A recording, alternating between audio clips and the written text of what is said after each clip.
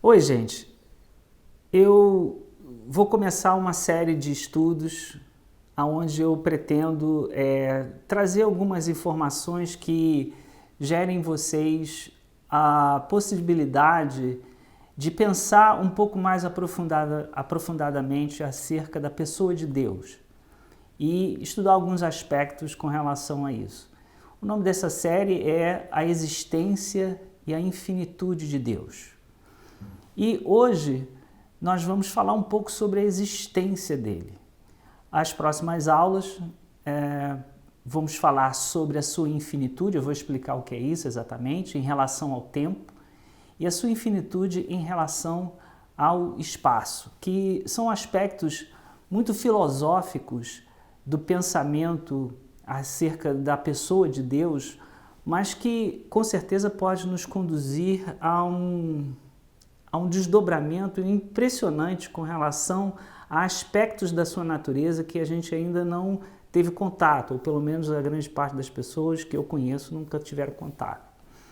Então o objetivo desta série, em linhas gerais, eu diria que é o seguinte: em conhecendo um pouco mais de Deus, o meu objetivo é que você possa, a partir daí, admirá-lo mais.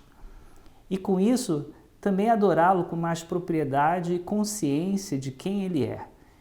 E isso faz uma diferença enorme quando a gente começa a conhecer aspectos da sua natureza, da sua propriedades do seu ser, que nos conduz a um desdobramento de pensamento que vai além daquilo que a gente está acostumado. Inclusive, é uma maneira, também eu tenho esse objetivo, de trazer alguns caminhos para que você aprenda a pensar com relação à meditação e à reflexão sobre a pessoa dele e sobre outros aspectos, porque é um exercício que vai poder ser usado sobre outros aspectos, onde certamente você vai ter algumas dicas e alguns caminhos para você ir mais profundamente na meditação e conhecer, extrair da Bíblia aspectos que normalmente a leitura corrida não nos permite alcançar. Quando a gente fala então da existência de Deus, a pergunta vem, e é muito comum que ela venha: Deus existe? Ora, para nós que temos fé, para nós que estamos já caminhando com Cristo, isso não é uma pergunta que assalte a nossa mente. Mas muita gente não crê, muita gente não tem essa experiência. Então sempre existe a pergunta: Deus existe? A existência de Deus, ela está declarada na Bíblia. Então a Bíblia declara que ela existe, sim. Mas a Bíblia, ela não se preocupa em provar a existência de Deus, porque crer em Deus pressupõe fé. Existem coisas que você precisa ter provas para poder fazer alguma afirmação sobre aquilo, é o caso da ciência. Mas no caso da religiosidade, no caso da fé, e aí a gente está falando da fé cristã, crer em Deus pressupõe fé. Quer dizer, eu preciso ter fé para poder dizer ou declarar que eu creio em Deus. E há um verso muito clássico na Bíblia, que é Hebreus 11:6, que diz claramente que sem fé é impossível a gente agradar a Deus, ou seja, sem fé é impossível você caminhar para poder conhecer um pouco mais esse Deus. Mas a Bíblia declarar que Deus existe não é suficiente para as pessoas crerem nele. Então não é simples assim. Eu encontro com alguém que não crê em Deus e declaro que a Bíblia diz que Deus existe. Isso não é suficiente para trazer uma pessoa ou conduzir uma pessoa a esse caminho de crer nele. Mas existem outras maneiras, e eu pretendo aqui mostrar algumas dessas maneiras, que são outros caminhos que nos conduzem a uma conclusão lógica da sua existência. Existem alguns proeminentes cientistas e até pessoas do meio político, como por exemplo um político que já faleceu, que é o Enéas, no Brasil, um homem muito inteligente, médico e matemático.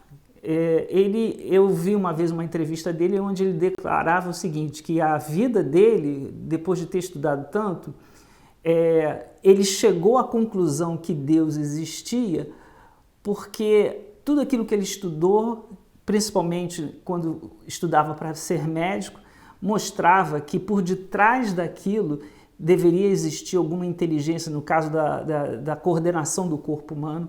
Então, por argumentação de estudo, ele chegou a essa conclusão. Existem outros escritores também que já chegaram a essa conclusão, eu vou falar um pouco sobre isso. Mas eu quero começar com o argumento da simetria do universo. E aí, como eu disse a vocês no início desse vídeo, nós vamos tratar um pouco da filosofia teológica. E é importante a gente se abrir para isso. Existe uma palavra que se chama simetria. E essa palavra, existe um postulado da ciência associado a essa palavra. Mas antes da gente falar sobre esse postulado, deixa eu dar um pouco, um certo entendimento do que essa palavra significa. Simetria, ela tem algumas definições dependendo da área de conhecimento que você está trabalhando. Então, a matemática pode descrever simetria de uma forma, a arte pode descrever simetria de outra forma, mas em linhas gerais eu diria para vocês o seguinte, que simetria é a relação de igualdade e ordem na natureza, que acaba sendo regido por leis que controlam essa igualdade de relação e de ordem. Então, por exemplo, quando a gente observa a natureza, a gente vê que existe uma certa simetria nas formas. Recentemente eu estava vendo um documentário sobre matemática, onde a forma espiralada, por exemplo, das pétalas da rosa ou do girassol, aquela fórmula espiralada é uma fórmula matemática que é igual ao formato espiralado das galáxias. E existem vários padrões iguais que trazem simetria, ou seja, trazem igualdade e apresentam ordem na natureza, que são muito curiosos e muitos cientistas não conseguem entender como isso se formou. Existem várias relações matemáticas e de simetria de formas que se repetem na natureza em vários ambientes diferentes. Então, a simetria, em linhas gerais, seria a relação de igualdade e ordem na natureza.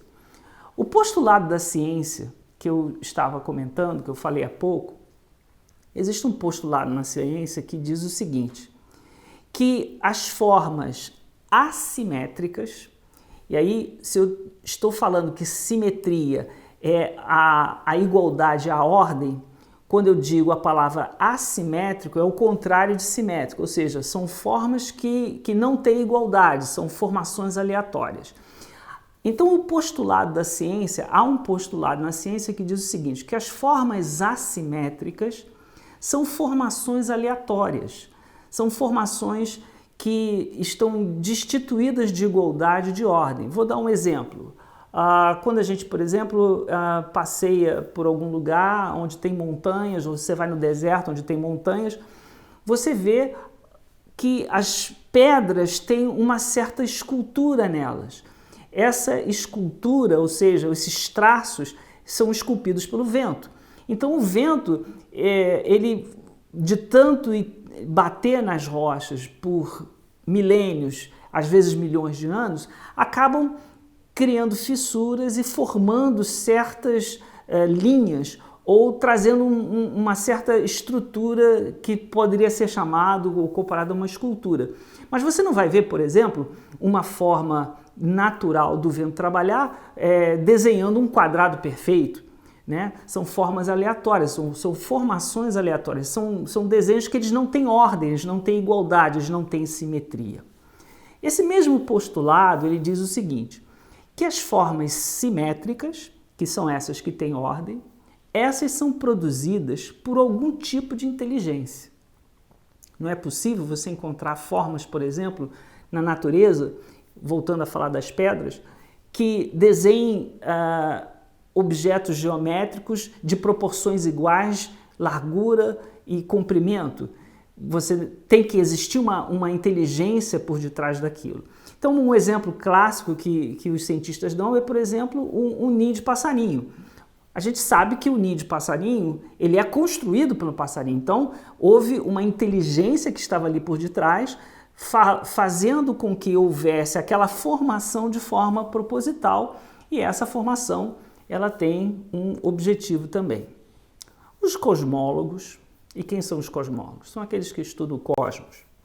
E eu, como um grande apreciador da astronomia e da cosmologia, logo quando comecei a me deparar com essas informações, estive diante dessa afirmação que os cosmólogos fazem, que o universo, quando eles olham para o universo, quando eles estudam o universo, eles percebem que o universo é formado por simetria e não é uma ordem ou não é uma constituição assimétrica, mas é formado por simetria, dotado de ordem, harmonia e propósito.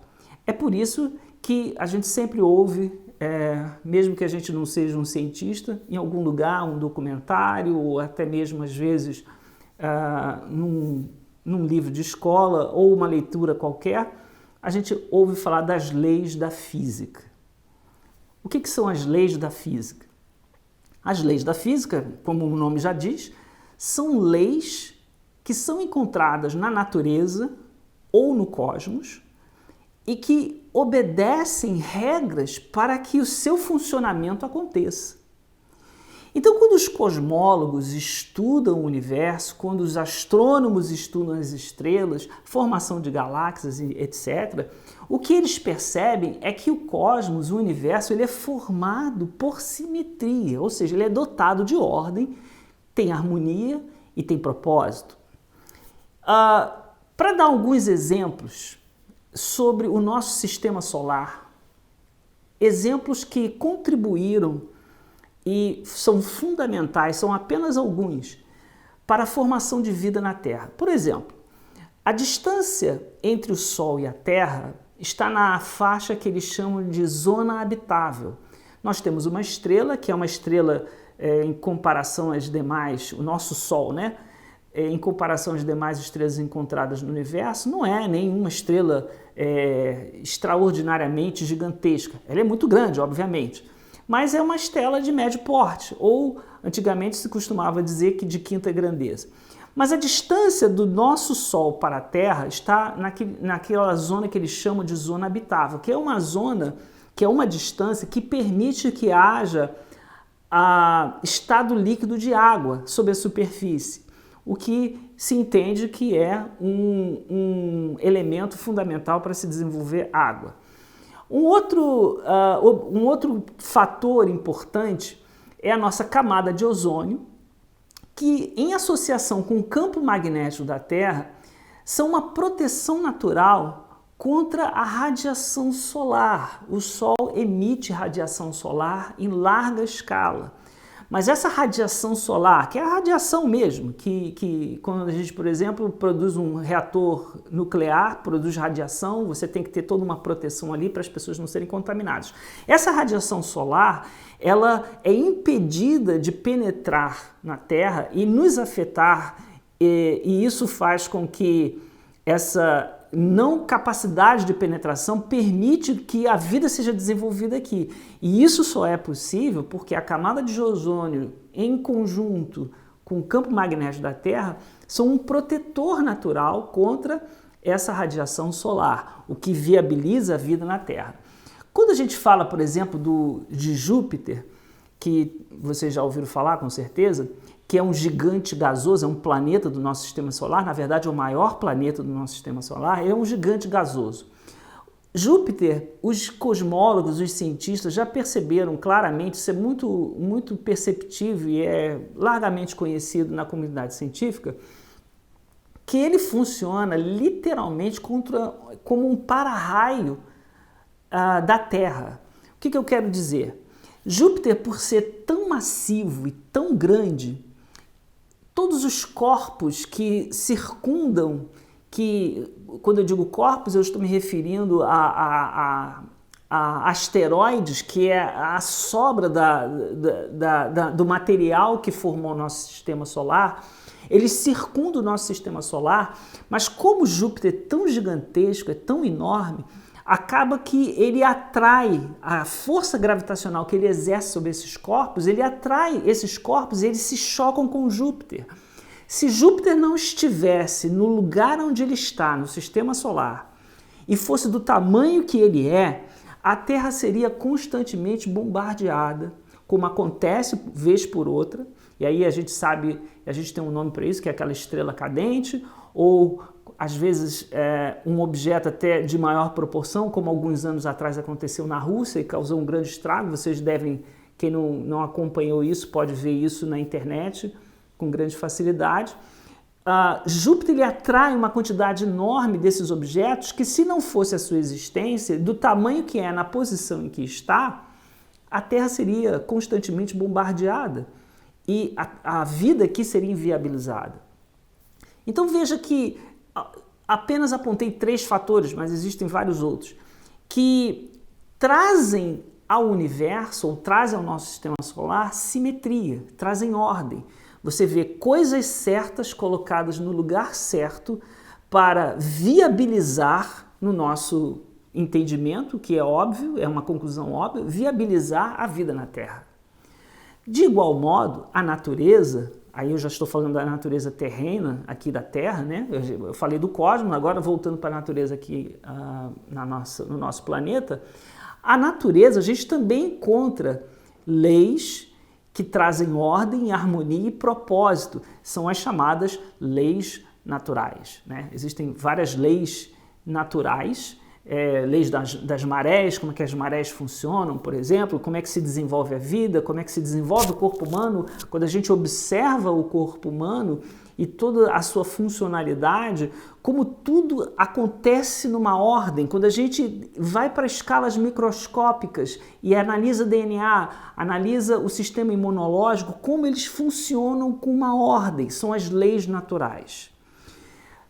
Esse postulado que assevera, que afirma que aonde há simetria, há a ação de uma lei que rege o funcionamento das coisas, esse postulado afirma que ali há algum modo de racionalização ou de inteligência que participou daquilo. E aí eu diria que é uma conclusão natural. Se existem leis, é porque está implícita a necessidade de um legislador. Porque você não pode ter uma lei dentro do nosso contexto social formada sem que haja um legislador. E nesse aspecto, quando a gente observa o cosmos, quando a gente observa a natureza, o nosso próprio corpo humano, a gente está percebendo que toda essa simetria, há uma inteligência por detrás. Veja que essa conclusão não é religiosa, é uma conclusão científica. Onde há simetria, há ordem. Onde há ordem, há uma inteligência por detrás que de alguma maneira constituiu aquela ordem. Portanto, por este postulado científico, de acordo com esse postulado científico, deve haver um autor inteligente por detrás da formação do universo. E nós, cristãos, acreditamos que Deus é esse responsável, que Deus é esse arquiteto. Mas a ciência também admite isso através de um grupo de cientistas que desenvolveram uma ideia baseado nesse postulado. Pode ser que eles não acreditem que seja Deus, alguns sim, mas existe uma teoria chamada de design inteligente, que vocês já devem ter ouvido falar. Essa teoria assevera justamente isso. Baseado nesse postulado da ciência, eles olham para a formação de todas as coisas e eles acreditam que há algum tipo de inteligência, que o universo não é fruto do acaso, mas alguém é o seu causador ou alguém é o seu provocador. Nós que cremos no Senhor Jesus, nós que cremos em Deus e que temos outras experiências que vão se somar a essa, mais adiante eu vou falar, entendemos que Deus é esse causador, que Deus é aquele que está por detrás de tudo isso. Então, a Bíblia, ela declara a sua existência, mas isso não é suficiente para convencer alguém. Mas eis aqui agora um caminho diferente, porém seguro e que tem base até em postulados científicos, aonde a gente pode abrir uma porta para aquele que ainda não tem fé, pode abrir uma porta para entender que a existência de Deus, ela é lógica a partir da observação dos efeitos e da ordem que existe no cosmos e na natureza. E, pasmem vocês, mas a Bíblia fala um pouco sobre essa relação. Existe um versículo no Salmo de número 19, verso 1 e 2, que diz assim: os céus proclamam a glória de Deus e o firmamento anuncia as obras das suas mãos. Veja, os céus proclamam a glória de Deus e o firmamento anuncia as obras das suas mãos. Está falando daquilo que foi criado, está falando daquilo que está em existência já, que eles falam por si só sobre a glória de Deus e, consequentemente, sobre a existência de Deus. Continuando o versículo, um dia discursa outro dia, ou seja, um dia mostra o outro dia e uma noite revela conhecimento a outra noite. Então você vê que eu vejo uma conexão desse verso do Salmo 19 com esse postulado, que já está apontando para aquilo que está criado e mostrando que aquilo que está criado, de alguma forma, proclama a existência do próprio Deus. Aperfeiçoando essa ideia, o apóstolo Paulo, já em uma das suas cartas, a carta aos Romanos, no verso de número 20 do capítulo 1, ele aperfeiçoa essa declaração do Salmo 19, quando ele escreve o seguinte: porque os atributos invisíveis de Deus, assim o seu eterno poder, como também a sua própria divindade, claramente se reconhece desde o princípio do mundo, sendo percebidos por meio das coisas que foram criadas. Então esse verso, Paulo ainda é mais específico. Ele tem a sua conexão com o Salmo 19, que mostra, onde o autor procura mostrar que as coisas criadas proclamam a glória de Deus e proclamam a sua existência, mas também ele vai diretamente dizendo que desde o princípio se percebem essas coisas por conta daquilo que foi criado por Deus. A sua existência é perceptível. Existe um outro caminho. Falar sobre essas coisas até agora pode ser que ainda não sejam suficientes para nós continuarmos a nossa inquirição sobre a existência de Deus. Mas existe um outro caminho ainda mais elevado e mais profundo do que os argumentos que já foram apresentados. Diz respeito à realidade empírica. E o que isso é, realidade empírica? Empirismo diz respeito à experiência, o que tem base na experiência humana. Então, nesse aspecto, a pergunta que a gente faz: é possível provarmos a existência de Deus? Ora, só Deus pode provar a alguém a sua própria existência. E ele às vezes faz isso através da realidade empírica, aquilo que tem base na experiência. Mas antes de eu falar um pouco sobre isso, vamos fazer uma análise de um objeto que existe no universo, que é muito curioso, muito interessante, que chama-se buraco negro. Em linhas gerais, o buraco negro, eu vou dar uma definição aqui bem sucinta, é uma estrela que, após ela consumir todo o seu combustível, né? O Sol é uma estrela, ela tem um combustível baseado em hidrogênio e hélio. Depois que ela consome todo o seu combustível, ela implode. Algumas explodem e se transformam em uma anã branca ou uma anã vermelha, mas dependendo da massa e certas condições físicas, ela implode. E ela gera um objeto invisível que concentra uma gigantesca massa concentrada em um diminuto ponto. Para ficar mais específico para vocês, dar um exemplo melhor, é como se toda a massa do Sol se concentrasse em uma cabeça de alfinete. Para você ter ideia da massa do Sol, ou do volume de material que existe no Sol, do peso do Sol, o Sol, ele cabe, dentro dele, cabem 1.300.000 terras. Dentro do Sol, cabem 1.300.000 planetas Terra. Para você ter ideia do tamanho que é o Sol. Agora pensa no tamanho da Terra, que não é pequena, e observe, tenta fazer essa relação de paridade, de comparação, o tamanho do Sol. O tamanho do Sol pode abrigar dentro dele 1.300.000 terras. Para você também ter uma noção ainda melhor, além de caberem 1.300.000 terras dentro do Sol, a Terra, o peso da Terra é 333.000 vezes o peso do Sol. Ou melhor, o Sol pesa 333.000 vezes o peso da Terra. Então, imagina esse peso gigantesco concentrado na cabeça de um alfinete. Isso é mais ou menos o que é um buraco negro. E qual é o efeito que isso causa? Quando você tem uma massa tão gigantesca, dessa proporção, concentrada num ponto tão pequeno, se cria um campo gravitacional tão massivo, tão forte, tão gigantesco, que nem a luz escapa. É por isso que é chamado de buraco negro. Nem a luz consegue escapar, então você não consegue visualizar o buraco negro de forma direta.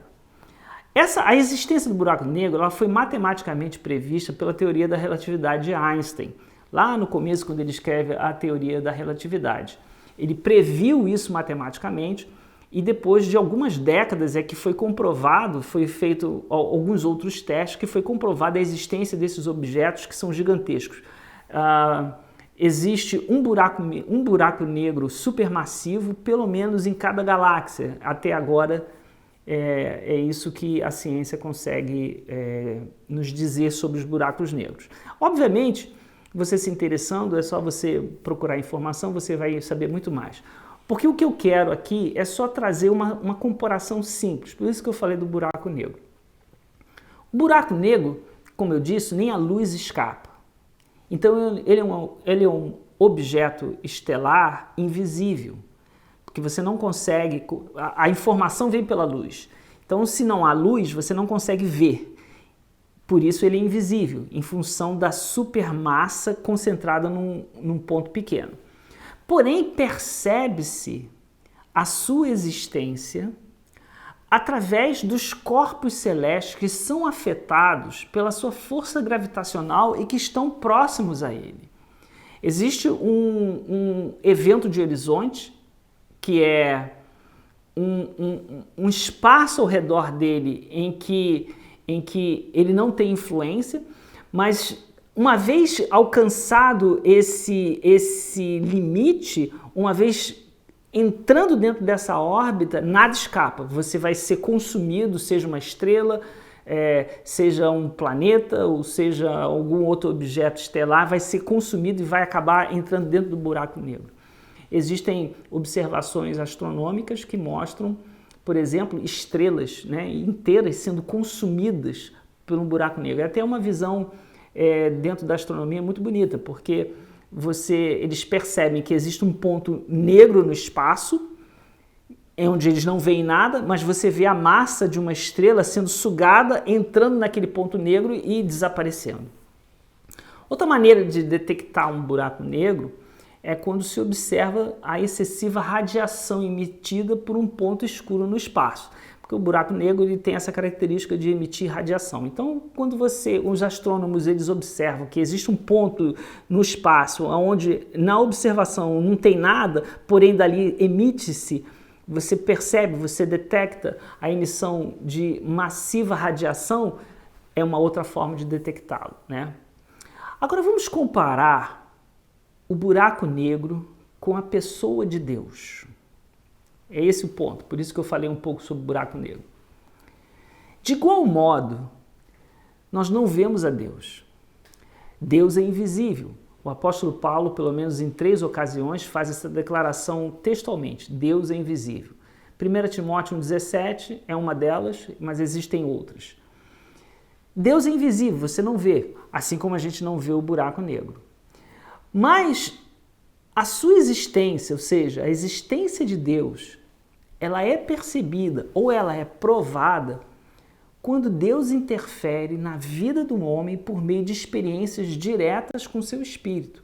Assim como a gente sabe que existe um buraco negro em determinado ponto do espaço por conta das perturbações que outros objetos que estão à sua órbita sofrem, assim também nós não vemos a Deus, mas percebemos a sua existência quando nós vemos a interferência dele na vida das pessoas. É uma experiência que Jesus fez acontecer em larga escala, mas ainda é uma experiência hoje. E do que eu estou falando? Eu estou falando, por exemplo, de milagres. Pessoas que já foram acometidas de doenças graves, até mesmo incuráveis, e que acabaram sendo curadas sem explicação médica. Pessoas que tiveram experiências, por exemplo, com visões, né? Pessoas que tiveram experiências com arrebatamentos, que foram tomadas e saíram do seu corpo e foram para um outro ambiente. Pessoas que oram e recebem resposta de oração. São experiências espirituais diretas com o Espírito de Deus que provam que existe um mundo espiritual e que existe alguém que controla esse mundo espiritual. E, obviamente, nós que cremos no Senhor Jesus, que cremos em Deus, entendemos que esse mundo é um mundo que Deus controla, por isso existe um Criador, por isso existe alguém que está acima de nós, que é o Deus Todo-Poderoso. Então a realidade empírica, ou seja, a experiência do homem, direta com o Espírito de Deus, prova a existência de um mundo espiritual, onde existe um controlador que interage com o homem, e esse controlador é Deus. Com esses argumentos, eu encerro esse vídeo. Espero que eu tenha dado a você um caminho dentro dessa filosofia, ou tentando filosofar acerca da pessoa de Deus, com relação à sua existência, sabendo que declarar que ele existe não é suficiente, mas existe um argumento científico, existe um argumento da sua existência por conta da simetria das coisas, existe o argumento empírico, que é a nossa própria experiência com ele, quando a gente tem, então, a prova real, viva, porque a gente viveu uma experiência. E essa experiência prova que Deus existe. Os próximos vídeos eu vou tratar de outros assuntos. Espero você da próxima vez. Bye, bye.